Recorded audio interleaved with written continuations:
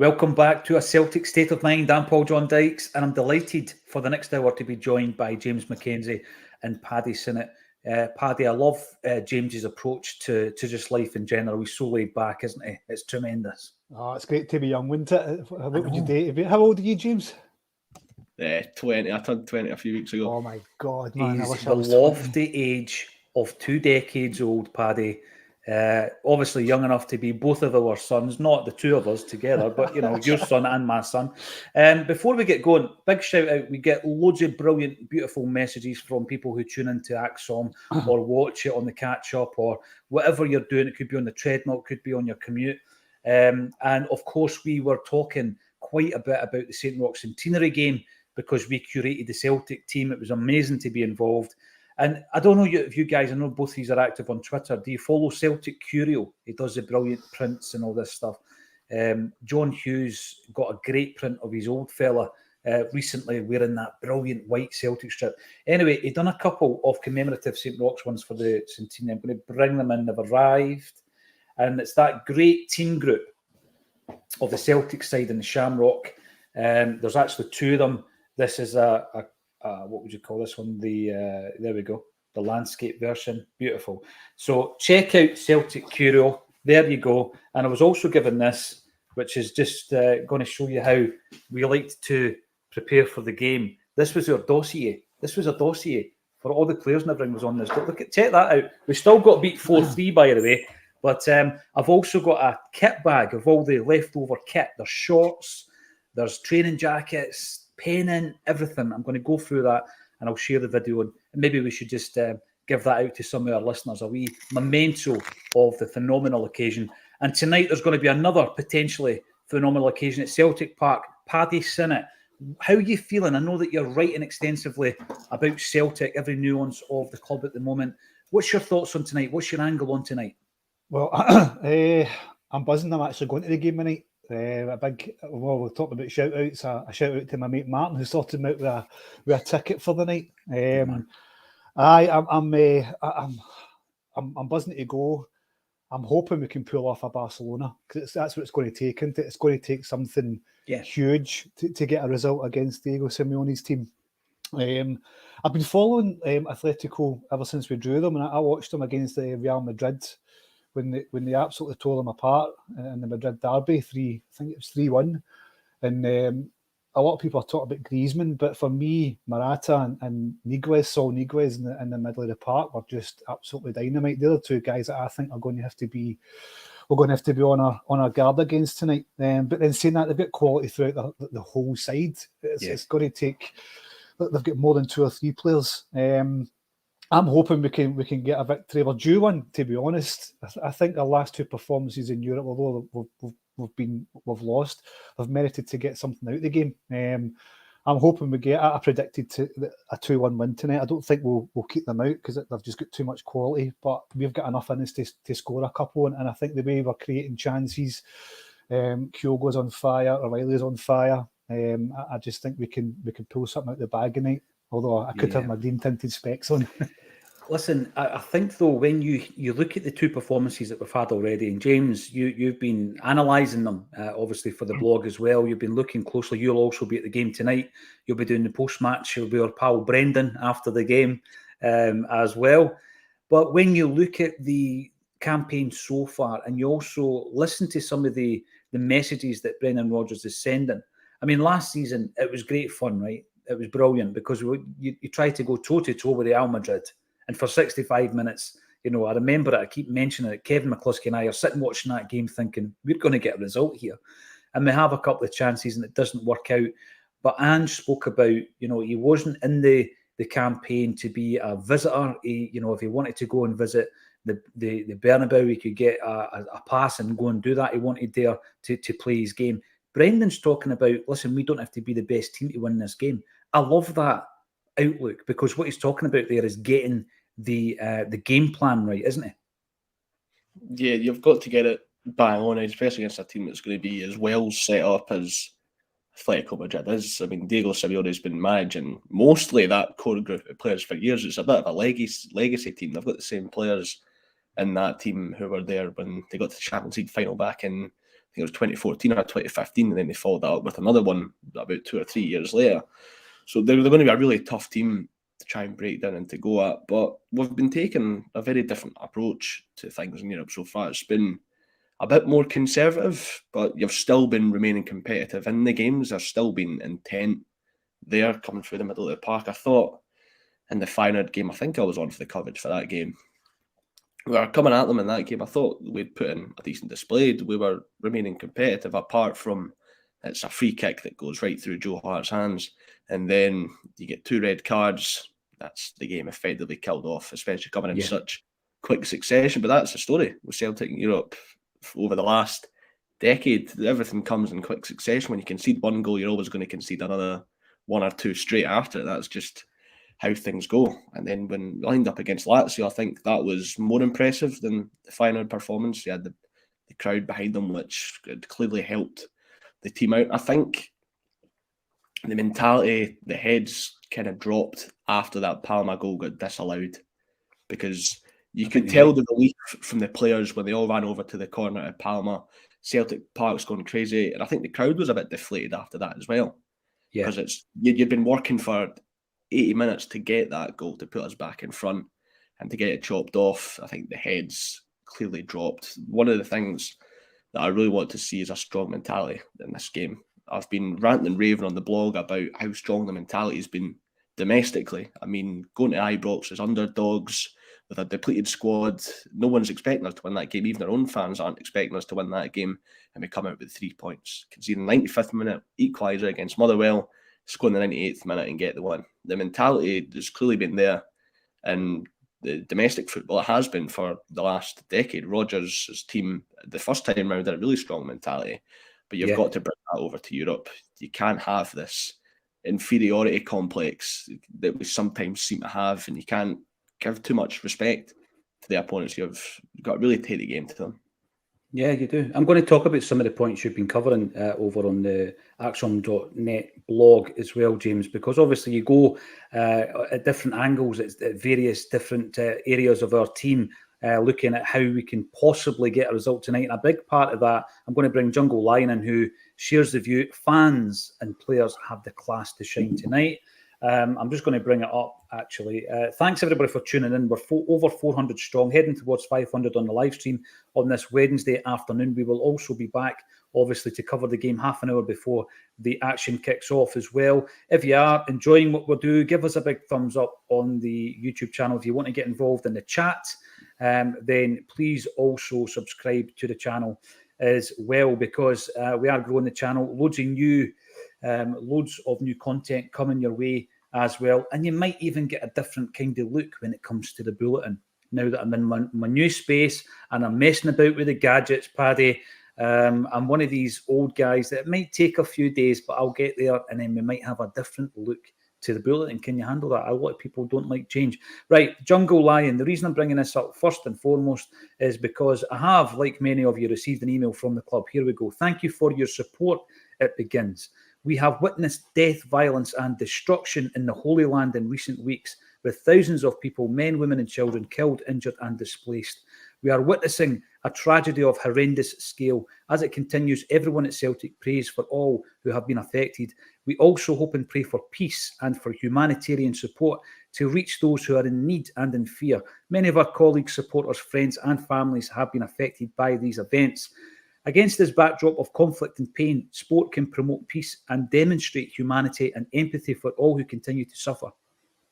For the club's UEFA Champions League match against Atletico Madrid this evening, Celtic and Atletico Madrid players and coaching staff will wear black armbands as a show of respect and support for all those affected by the conflict. The club is also making a contribution to the International Committee of the Red Cross to support people affected by the humanitarian crisis in the region. The club recognises that our supporters hold personal views to which everyone is entitled.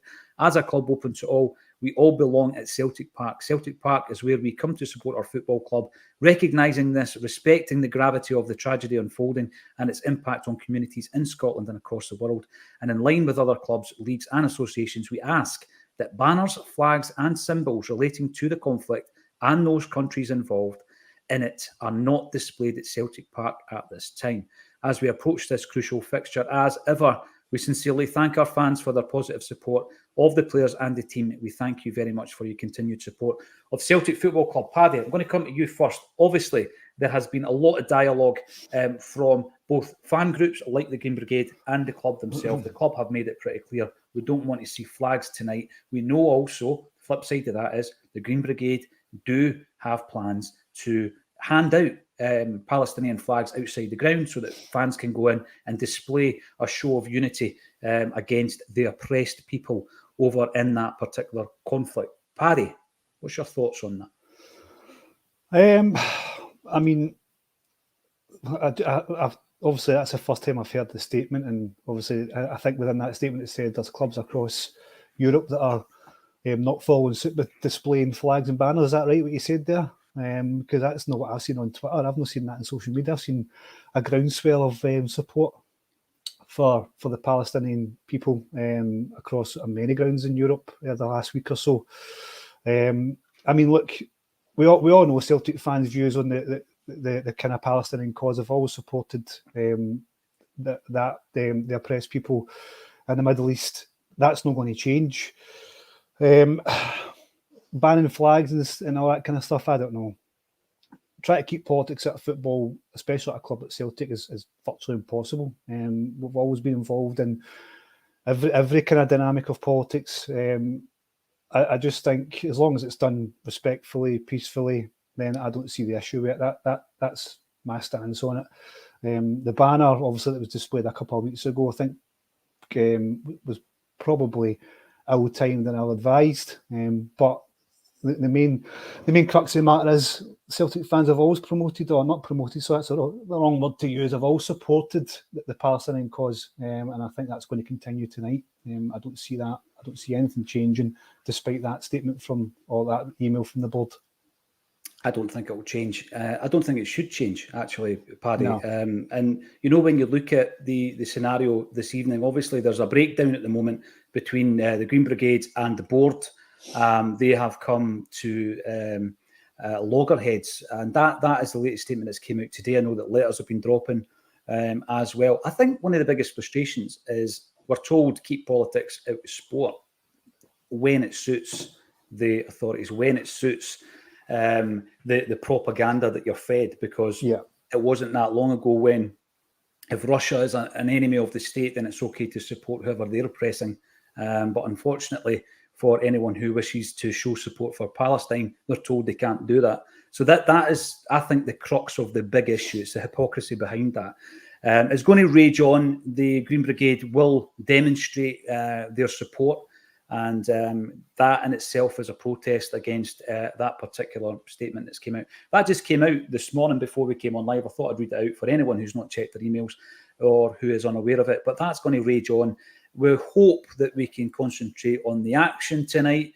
James, you have been looking at every nuance of this Celtic side, every approach we can possibly have to try and get the result. You even spoke about Big Fraser Foster. Remember him?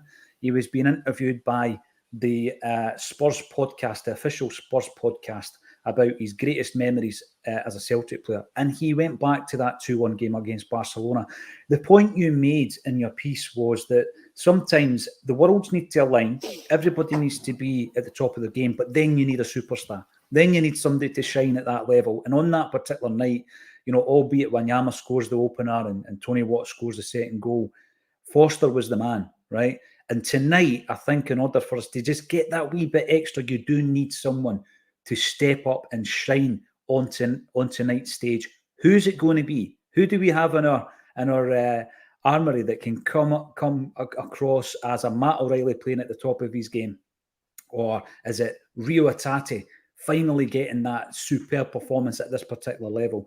Is it Kyogo already broken his duck? Is it McGregor? Is it Carter Vickers? What do you think tonight? You do need that wee bit extra gold dust, don't you, James? Yeah, I think someone needs to have a colossal performance. You need some form of colossal. That's the word. Yeah, individual brilliance. I go back to when we beat Lazio in the double header in the Europa League a few years back. It was Fraser Foster with a stunning save in the home game. And as much as Fraser Foster was pulling off heroics again in the second leg, I think Christopher Julian's performance on that day was absolutely sensational. He completely stood up. It can be anybody on the park. It doesn't need to be someone in the net or someone up front. But the player who looks most like doing it at the moment is probably Matt O'Reilly. When I was writing that piece, I was really scratching my head as to who can make an impact at this level. Because I think in the summer, the player who probably looked the most like a Champions League quality player was Jota, and he's gone. So looking at the squad right now, you'd be thinking Matt O'Reilly looks like the player who could probably impact the game the most. And it was his decisive pass in the game against Lazio that put us in front. It was a real moment of magic. But I mentioned on my match preview, I think it was, that I want to see Rio Hatate stepping up. I thought last season there was a select few players who really rose to the occasion. You're thinking Jota, you're thinking Cal McGregor, and Matt O'Reilly, I would put Rio Hatate in there as well. I thought he had some really good performances in the Champions League last year, but we've not seen anything near that level yet. I remember seeing this summer he was getting linked with, I think, Brighton, and then there were some other bigger teams in there as well. And they're not really going to be taking notice of his performances so far in the Champions League, but he seems to be starting to get up to speed domestically. You could tie down some of the earlier performances to Matt Sharpness.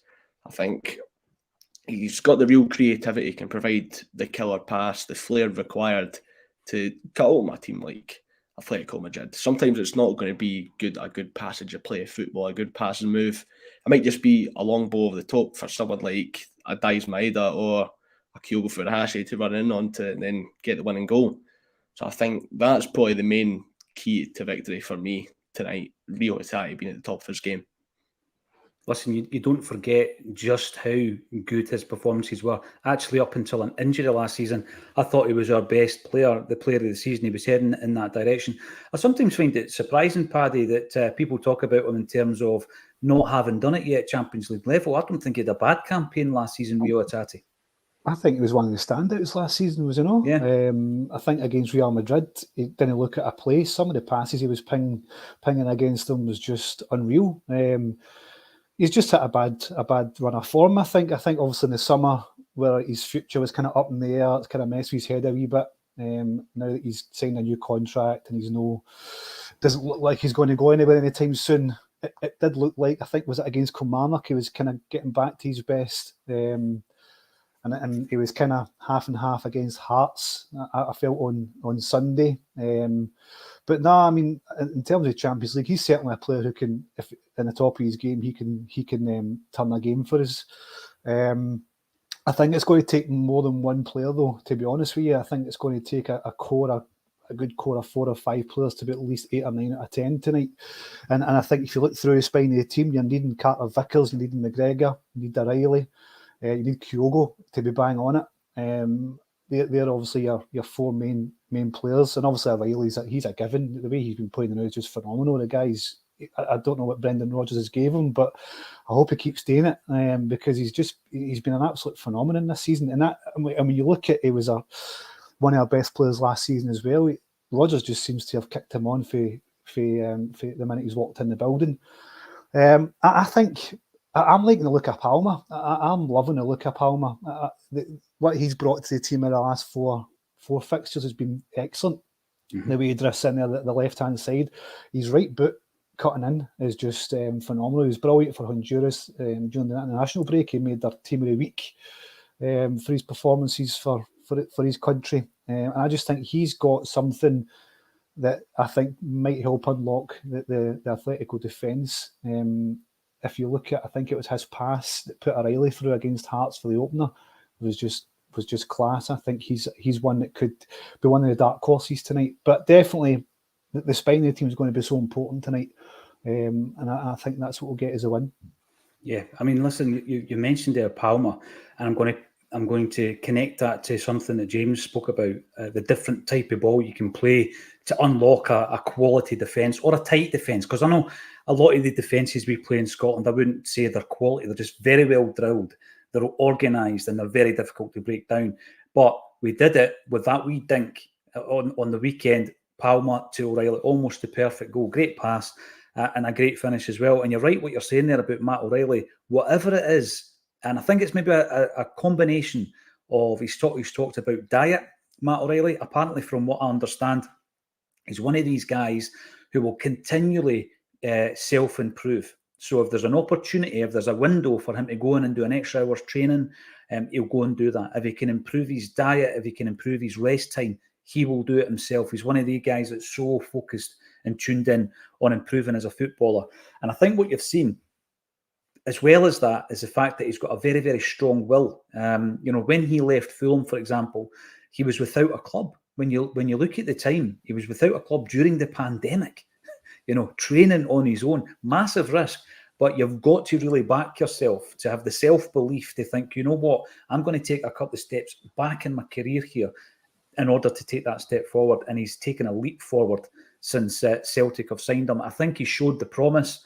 It was a revelation when he first started playing, when we signed him from MK Dons.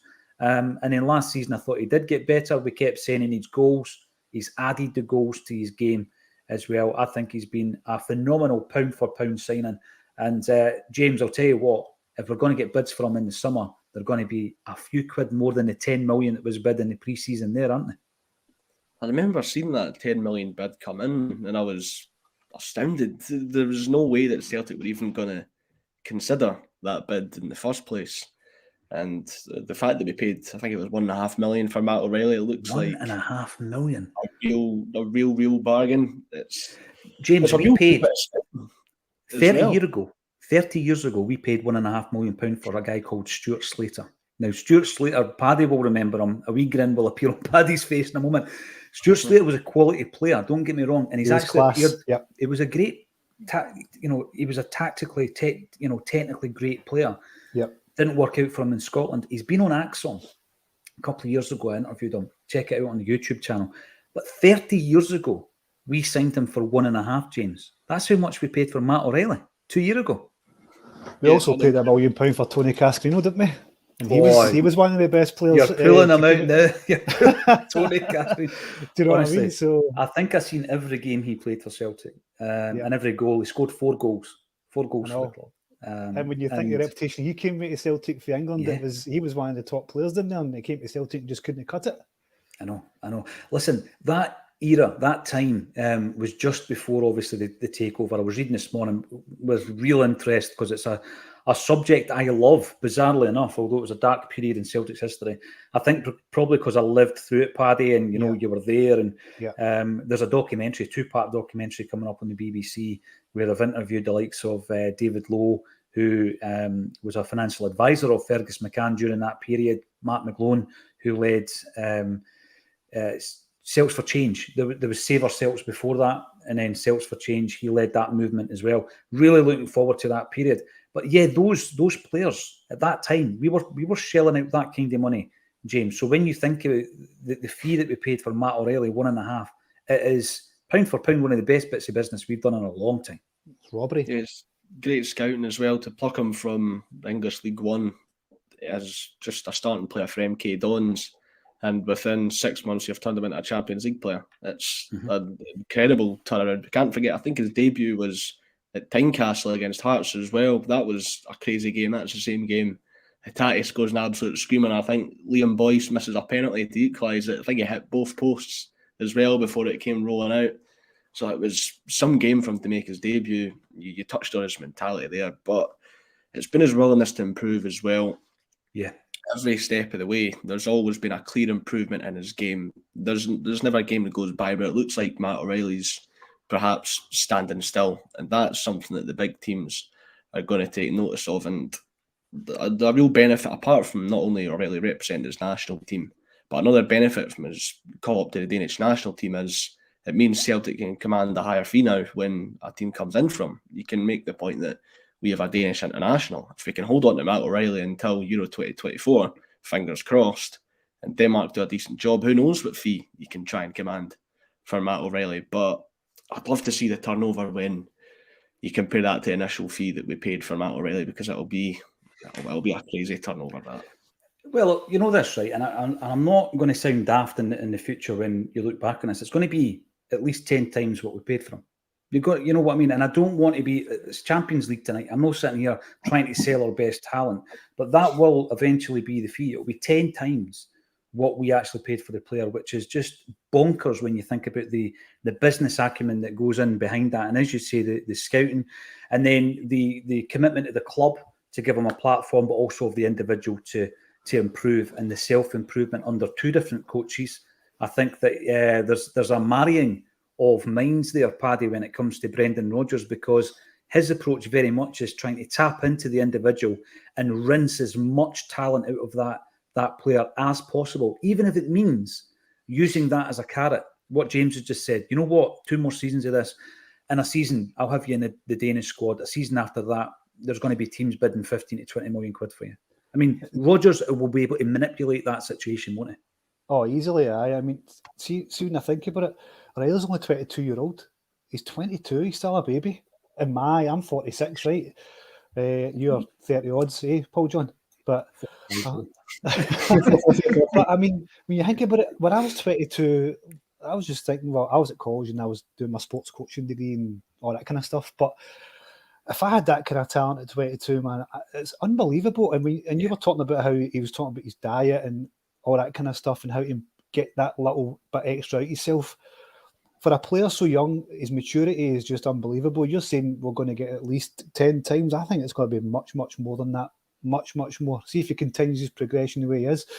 Then, like James was saying, if he gets that Denmark call up, or if he finally gets, which he will get his first Denmark cap, who knows where he could go? I mean, Norway are looking to cap him as well. There's Norway are very interested in trying to get him to play for them, but it does look like it's going to be Denmark, and I think that'd be a better fit for him. Denmark are just that kind of team that play sexy football, aren't they? They're a good footballing side. So, but I just can't believe that this boy's 22 and he talks like a seasoned professional as if he's been playing the game for a decade or so. And again, £1.5 million for League One. My God. It's unbelievable. I love the guy. I know you love him a lot. I think I love him more. Maybe a wee bit too much after the podcast.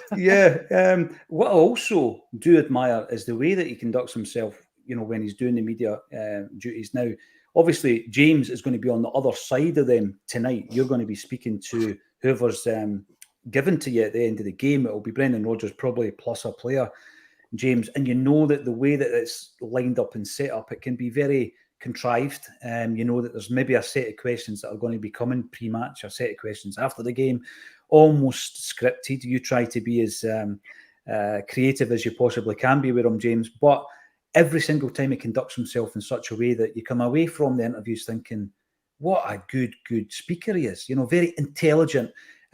He's not getting carried away. This is a big thing that I'm getting at. It was posed to him at the weekend about him being top goal scorer, and he just dismissed it. Kyogo's the man for the goals. He'll score 30 goals this season. So he comes across brilliantly. And what I also love, right, and we will move on from Matt O'Reilly. Sorry, this is a proper dedication to O'Reilly on today's show.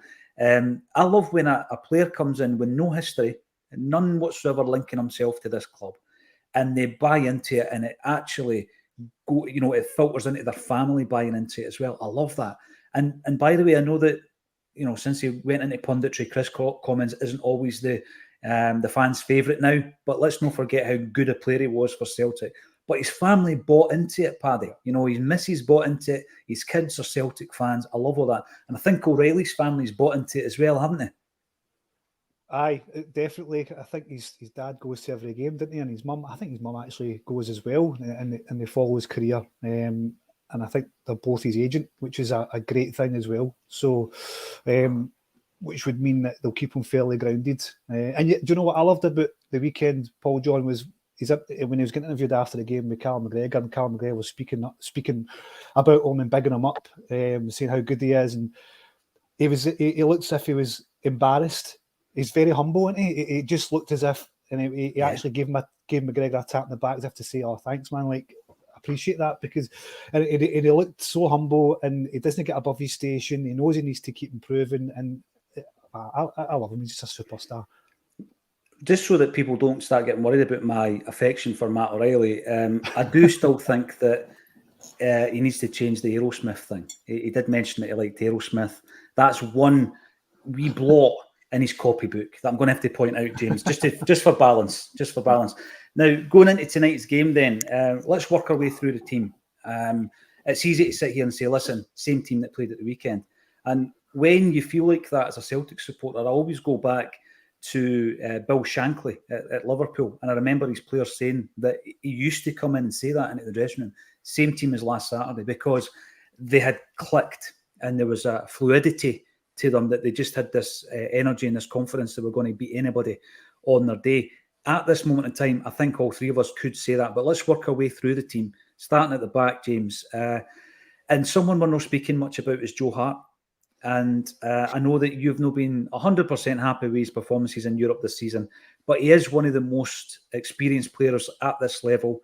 I think over the piece, he's had a bit of an under-the-radar start to the season, but if you look at the big saves that he's made some really big saves domestically as well. And, some people were talking about, replacing Joe Hart at the beginning of the season. I think that he's been pivotal, particularly when you look at the permutations of centre-halves and the partnerships that have been chopping and changing in front of him. I think Hart has been a very, very calming influence, and he's going to be key tonight. I don't mean to be brutal here, but if we're going on about his experience for these European games, all we've seen so far is 2 games and 2 errors that have led to goals. So I can't really pick him up too much. I think domestically, when I go back to the game at Ibrox, it was absolutely key in that game because you had Scales and Gustav Lagerbielke who had been thrown together in that partnership, and I think Joe Hart really helped marshal that defence, but I want to see more from him in Europe. We spoke about Fraser Forster earlier on. You need a performance like that because it's going to be wave after wave after wave from this Atletico Madrid team. Because I think as we are the team that's bottom of the group, so they'll see this as a game where they can really come at us because they're tied on points with Lazio at the top of the group. They're not completely clear. The group is still up in the balance. So they'll be coming out. They'll probably have loads and loads of chances. The likes of your Griezmann's, he gets a lot of stick, but Alvaro Morata's still a fantastic striker. They'll be throwing wave after wave of attack at us, and you need Joe Hart to be at the top of his game. You can't have any polo hands or anything like that. You need him to be at the top of his ability. Listen, I love a bit of balance, Paddy. So you've been given 2 sides of the coin on Joe Hart here. I think he's a guy, and I look at his Celtic career in its entirety. He was absolutely key to our revival under Ange. Yep. I agree to a degree with James in relation to we've not seen a big performance yet in Europe from him. I would agree with that. Tonight might have to be that performance, but I do still think he's got it in him, Paddy. A big performance in Europe. I thought he did well at RB Leipzig last season, did he not? I thought he played really well there. He had a bit of a ricket when he passed the ball out for the back. But I think he pulled He's up stopped doing that now. He's not allowed to do that anymore. Well, do you know what? That's probably been a good thing that he doesn't do that under Rodgers. I think that's probably been a benefit to his game, and it definitely looks more comfortable getting that permission to hoof it if he needs to. I think he gets a bit of a bum rap, if I'm honest. I'm with you. He was absolutely key, not just for his performances on the park.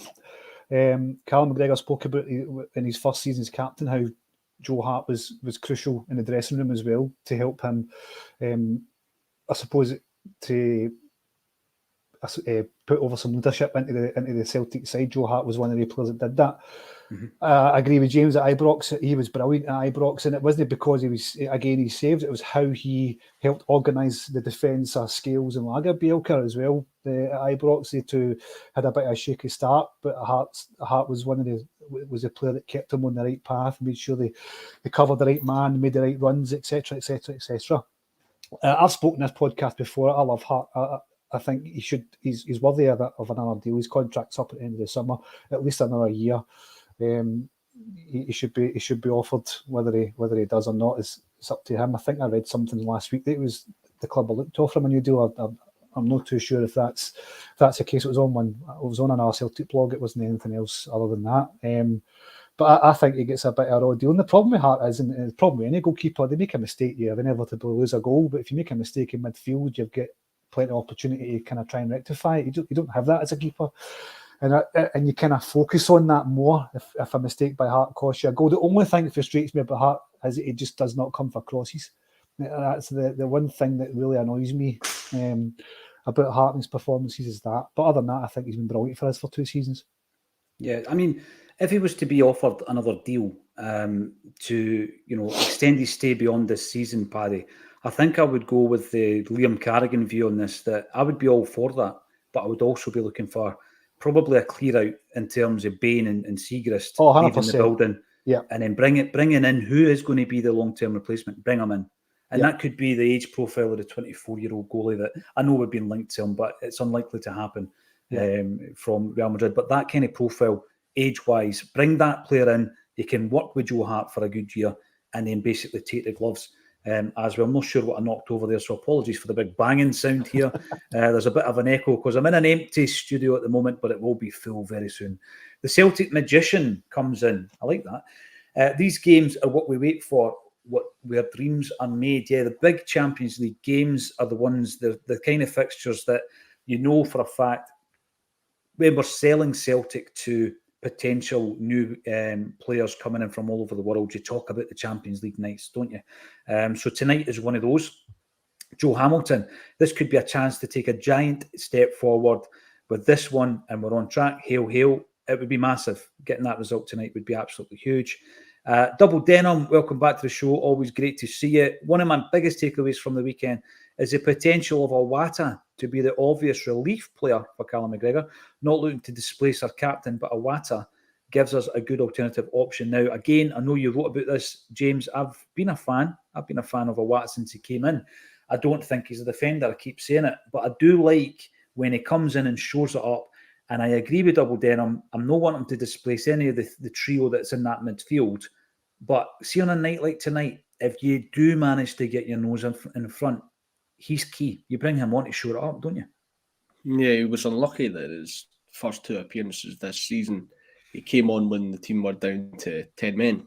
He came on when we were down to 9 men in Rotterdam against Feyenoord for just sustaining what was quite a hard to watch last 15 minutes. I remember we were watching it together.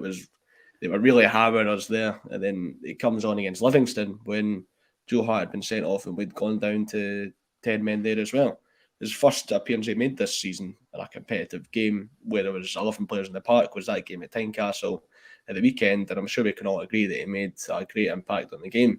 And arguably scored the pick of the bunch on the day as well. I thought last season, the sort of rare appearances he got, I thought he really showed up the team. I think if you look at the games at Hampden against Rangers, I think there's a cup final and a cup semi-final there where they really calmed things down, where things looked like they could have perhaps got a bit crazy, a bit nervy. So you can only commend them for that.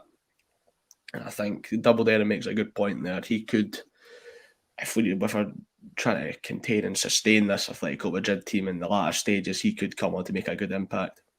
Yeah, I do like that. I think there's an argument to say O'Reilly's was the pick of the bunch. What do you reckon, Paddy? What goal was the pick of the bunch against Hearts? Oh, it has to be O'Reilly's, doesn't it? Iwata's was a good finish, but the game was done by then. O'Reilly's is the one that started off the whole trouncing the Hearts at Tynecastle, so it's got to be that. But I think Iwata, he's a bit of an anomaly, isn't he? He's come into Celtic. He came across as after being kind of crowned as Japan's most valuable player last January, and he's not really featured this season under Rodgers. I'm actually going to write a piece later on today on TBR Celtic about him making a case for Iwata possibly starting tonight or playing at least some point, which I think will probably raise a few eyebrows. But I think a change of formation tonight could accommodate Iwata starting. But I'm going to write about that later today, and I'll post it later in the Acsom group. You see, this is the thing, Paddy. I like a balanced and thoroughly researched piece that argues the case. At the top of the show, I said it's easy to say, listen, starting 11, same as the weekend, because we're doing well. But there might be other considerations. People talk about the change of shape, for example, and whether or not that might happen tonight. Big shout out to our Facebook viewers, Kevin Wiseman, Boys on Tour, Lloyd Patrick Jepson, there he is, Lloydie Boy, Stevie Boy, and Aileen Feeks, who are all giving us a big thumbs up on Facebook. Over 700 live watching now, which is tremendous for a Wednesday afternoon. Thanks, everybody. And remember to join us again half an hour before kick-off tonight. Paul Byrne is on the chat on YouTube. This isn't an opportunity. Let's not get carried away. A draw is a great result against this team. They are outstanding this season and pumped Real Madrid. Yes, I think any kind of result would be positive this evening. But if you can't dream as a football fan, what's the point, James? You've got to sit here on a Wednesday afternoon. You're going to be getting all sorted to jump on your bus away up to the game. And you've got to go into a game like that with the belief, don't you? Kevin Mullen, afternoon Acsom. Celtic just going to get beat tonight. Just going on the hook. Right, okay. I thought, right there. Jerry, is James looking forward to his date with me tonight? I'm expecting flowers. Are you looking forward to it? Do you take notes during the game, James, as you do when you watch it with me? If I'm at the game, probably not. I think you've just got to, especially at Champions League night, you've just got to... Normally a reporter sits with his wee laptop, doesn't he? Well, I don't think I'll be able to sit with my laptop in the stands at that game. Usually if I'm in a press area, so I say a Hibs game or something like that, I'd have my wee desk in front of me or whatever. But not for this game. I've only ever had press like that for one Celtic game ever, and it was when we got hammered 4-2 off Hibs at Easter Road last season. So I don't know what will happen the next time I'm in press for a Celtic game. Yeah, I mean, that doesn't bode well for tonight. You shouldn't have mentioned that. John McGrattan, who steps up, everyone? Yeah, it's one of those nights, John, isn't it, where you really need a lot of your players to take it up a level, and everybody... This is the thing, Paddy, if the Celtic team, play out their skin tonight, great, you think we've got a chance it might happen. I want to talk about the defence then. We'll come to the midfield because you've got an argument to state that Tawata might start in the midfield. The defence for me, a wee bit like Joe Hart, since he stopped messing about with the ball at the back, I think once we inverted the fullbacks, and by the way, I still don't think we see as much of it from Johnson as we do with Taylor. We have seen better performances from them. I found it surprising at Tynecastle, the commentary team were talking about it as if it was a new thing. I think we started doing it against St Johnstone, Paddy. Aye, we did, and I think one person that struggled at the start of the season was Greg Taylor, didn't he? He struggled to kind of try and adapt to Brendan Rodgers' new system, but he seems as if he's now finding a good vein of form. And I agree with you. I don't think we see as much of Johnston moving marauding forward as much as we used to last season. I still love Johnston. I think he's a brilliant defender. He just takes no nonsense. He's dead aggressive as well. But I just don't think he's at the same level as last season. Hopefully tonight he'll get back up to kind of that standard. The two centre-backs, well, what can you say about Carter Vickers? It's not been said already before, apart from his mistake against Lazio, which I think was a mistake even bringing him on in the first place. In that game, that guy's just been imperious for us for two seasons. So he'll be actually one of the key guys tonight. I think, like I was talking about earlier on, the spine of the team. Carter Vickers will be crucial to us getting any sort of result tonight. And then Liam Scales has just been brilliant, and he's held his own actually in this tournament against Feyenoord and Lazio. And Lazio particularly, he played very, very well. So I think the fullbacks will be important tonight, both offensively and defensively. Let's just hope that Alistair Johnson can kind of turn it on our performance like he used to last season.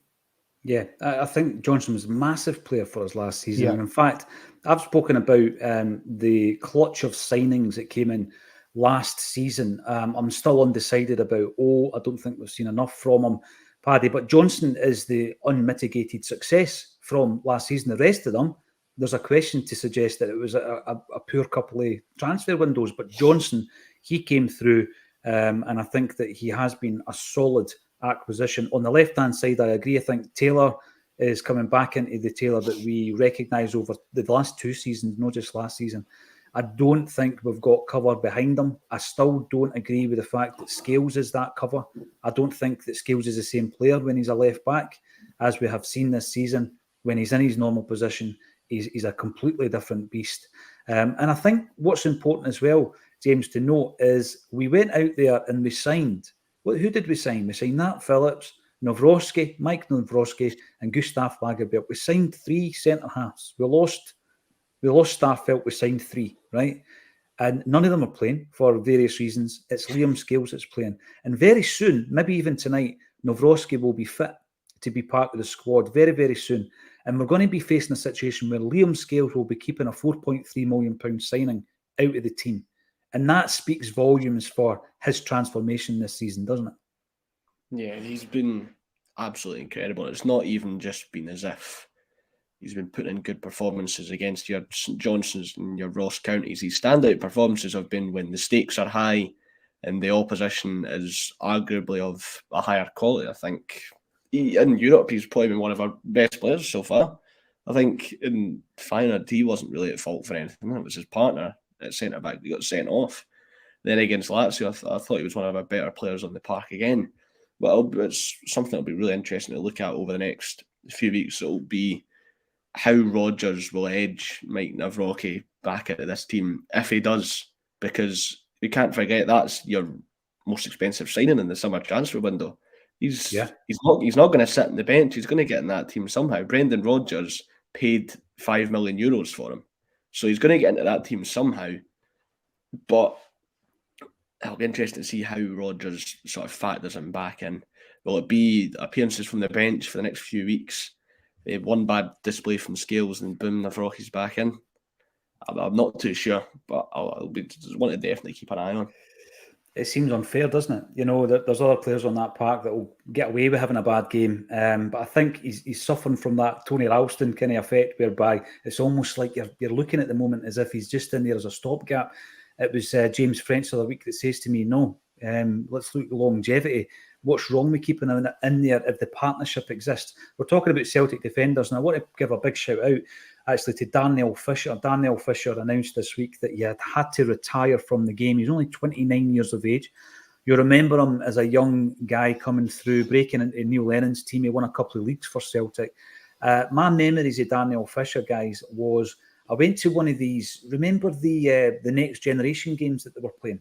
And I think Mark Warburton was involved in the competition, setting it up. And it was like the young guys playing against the game I went to, Sporting Lisbon. We played other big teams. I think we played Barcelona at one point as well. Because the irony of that was that Tony Watt was playing for Celtic against Barcelona in the kind of youth tournament. But we played Sporting Lisbon. The game was played at Firhill. And I went along midweek game with a pal of mine Tuesday or Wednesday night. And there was this kid playing for Celtic, and he was levels. I mean, streets ahead. He was unbelievable. And I just remember coming away from the game, and it was Darnell Fisher.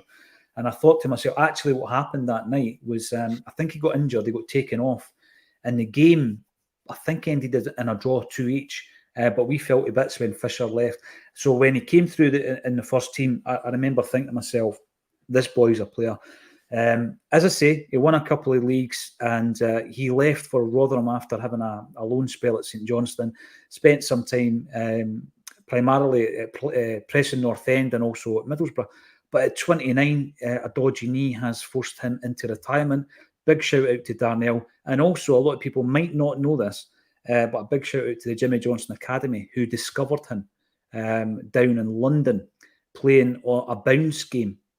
And brought him up to Glasgow, got him a trial for Celtic, and the rest, as they say, is history. But I know there was a lot of belief in the player by the Jimmy Johnstone, and the tale that I've been told a few times is that they had to drag him out his bed to play that game.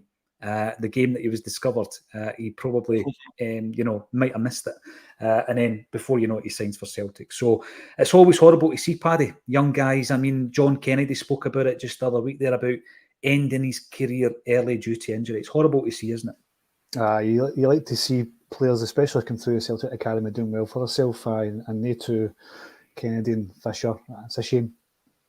It's horrible. And, it's like a generational thing. I think back to really getting into Celtic in the centenary year, and there was a lot of buzz around a player called Stevie Murray. I know we've had a couple of players called Stevie Murray. And it was a bad injury in the reserve game against Motherwell that done him. He was a huge prospect. Obviously, Kennedy, who we've mentioned before. I think if you go further back, the original Brian McLaughlin, Super, they called him. He made his debut for Celtic at 16 under Jock Stein. And it was injury. John McCluskey, the brother of George. We've lost a lot of talented players at young ages, unfortunately, due to injury. So all the best for Darnell, and hopefully his future will continue in football, because he's a very talented boy. And as I say, big shout out to the Jimmy Johnstone Academy as well for playing their part in his football career as well. We're moving into the midfield.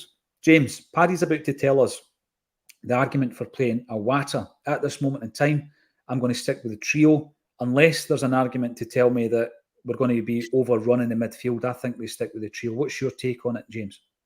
Yeah, it's got to be McGregor, O'Reilly, Hatate. It's got to be those three. If it's working, there's no need to change anything. I think if you look back to before the break, that win over Kilmarnock at Celtic Park, I think that was, at the time, the best performance, the most complete performance of the season so far from Celtic.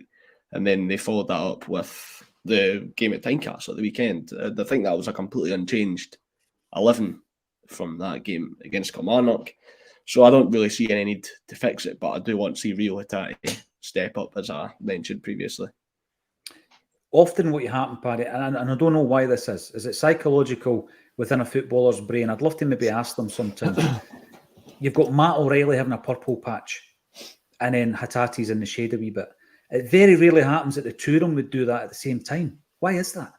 No idea. Maybe it's just because all the spotlight's on one player, and I don't know, maybe somebody's nose at a joint, but I don't see Hatate being that kind of player. He's doesn't seem to be as if he would be jealous of somebody else doing better. But I don't get it. I don't understand it. I think I'm in my original. I've put up my predicted 11 on TBR Celtic this morning, and I kept the same team, but I changed the shape because I know what we're saying is if it's no broke, don't fix it. But Madrid are a different animal, a completely different animal we've faced the whole season.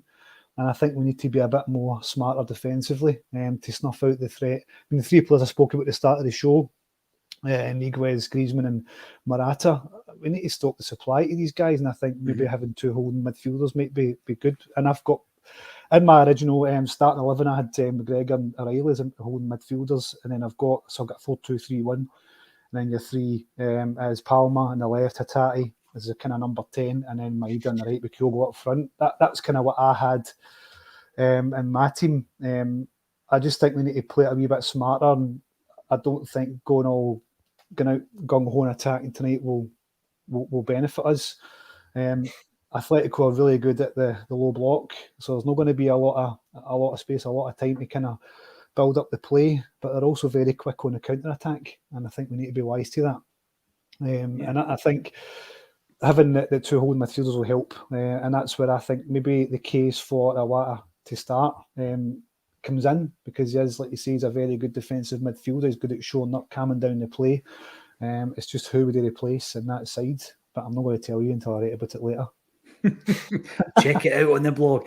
Check it out on TBR Celtic. 100%. There's a wee thing I was thinking about there in relation to how a manager comes in, and I think the total number of signings was 9 in the pre-season. One of whom started against Hearts at Tynecastle, and I think again this leads us on to the top 3. I think he starts tonight as well. And Louis Palma, he's really deserving of his play. Different kind of player from Jota, of course, but he's very deserving of his place. But I find it interesting, James, and I'll ask you first about us bringing players in who are not featuring. Now, the first and most obvious one is Kwon. Kwon, I'm not, by the way, don't say I'm trying to get him in the team tonight. I'm not. I just find it interesting, right? So, Kwon's not played. He's not played a game under Brendan Rodgers. We know that he made an appearance against Ayr United in Michael Moffat's testimonial, as did Marco Tilio. We know and we understand and appreciate that he has been injured since he joined the club. But Kwon hasn't played. And more interestingly than that, Lagerbielke, who has played, and he has played Champions League football, has dropped out the squad in recent weeks. So he wasn't part of the squad against Kilmarnock. He then went out and was involved in the squads for Sweden, scoring against Moldova. He's come back in and he wasn't in the squad against Hearts at Tynecastle. They find that unusual.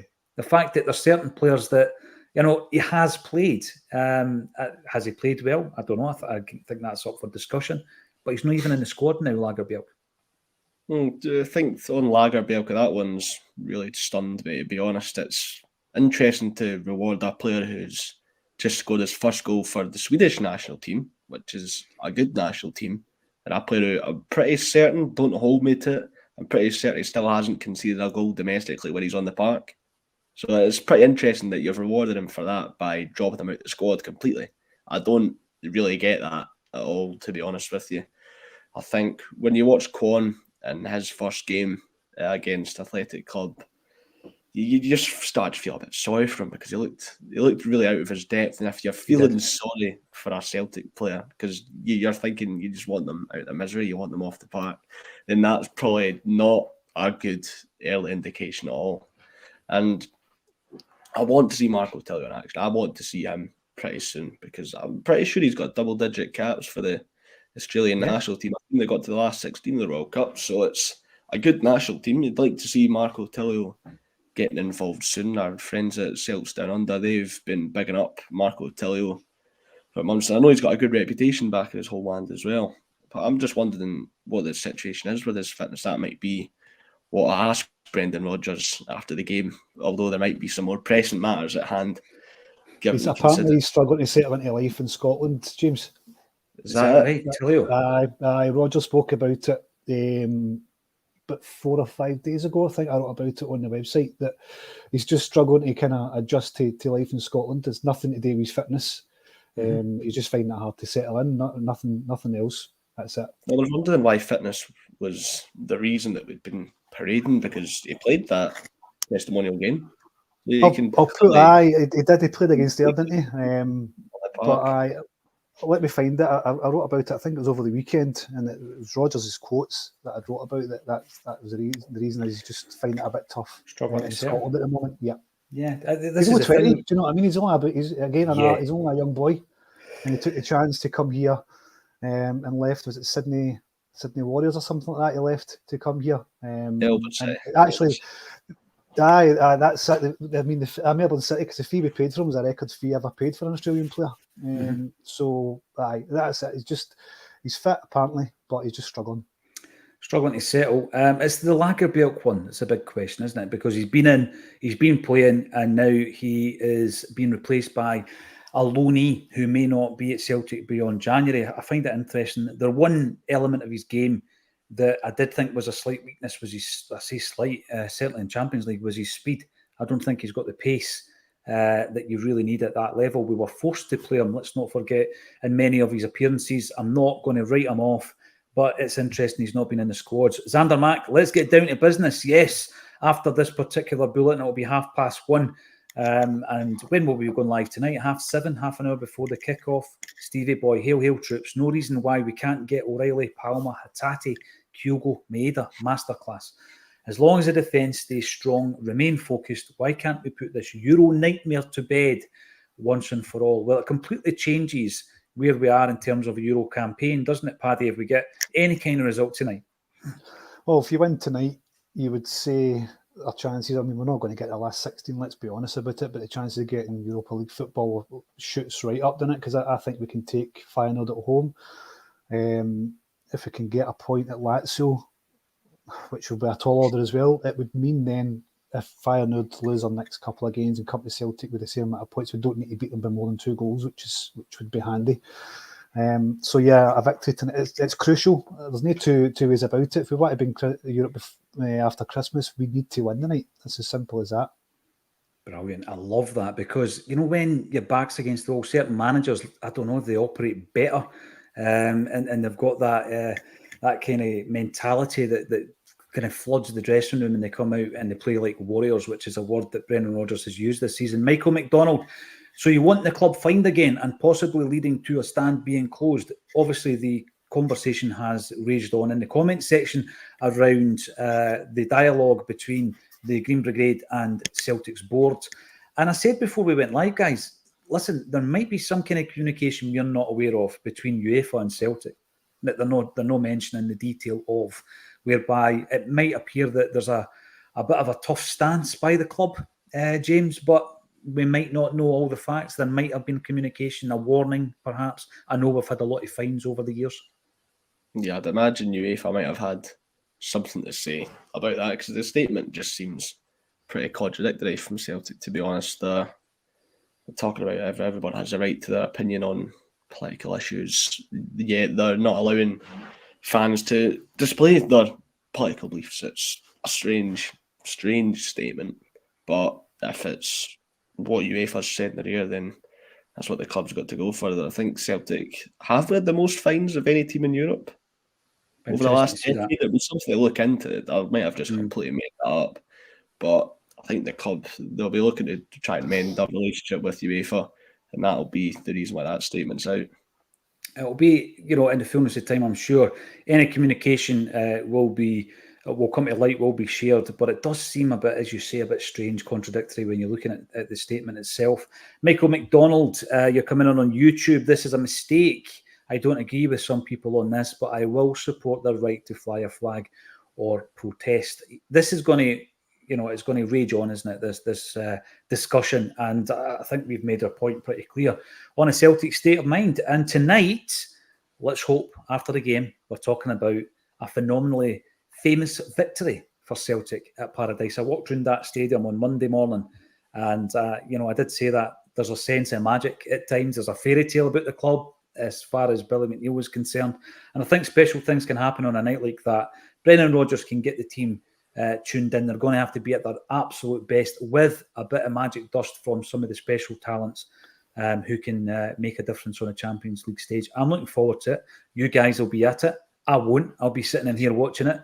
But half an hour before kick-off, we will go live tonight for the match action. Thanks, everybody, for getting involved in the comment section, and also to Paddy Sinnott and James McKenzie for joining me on a Celtic State of Mind.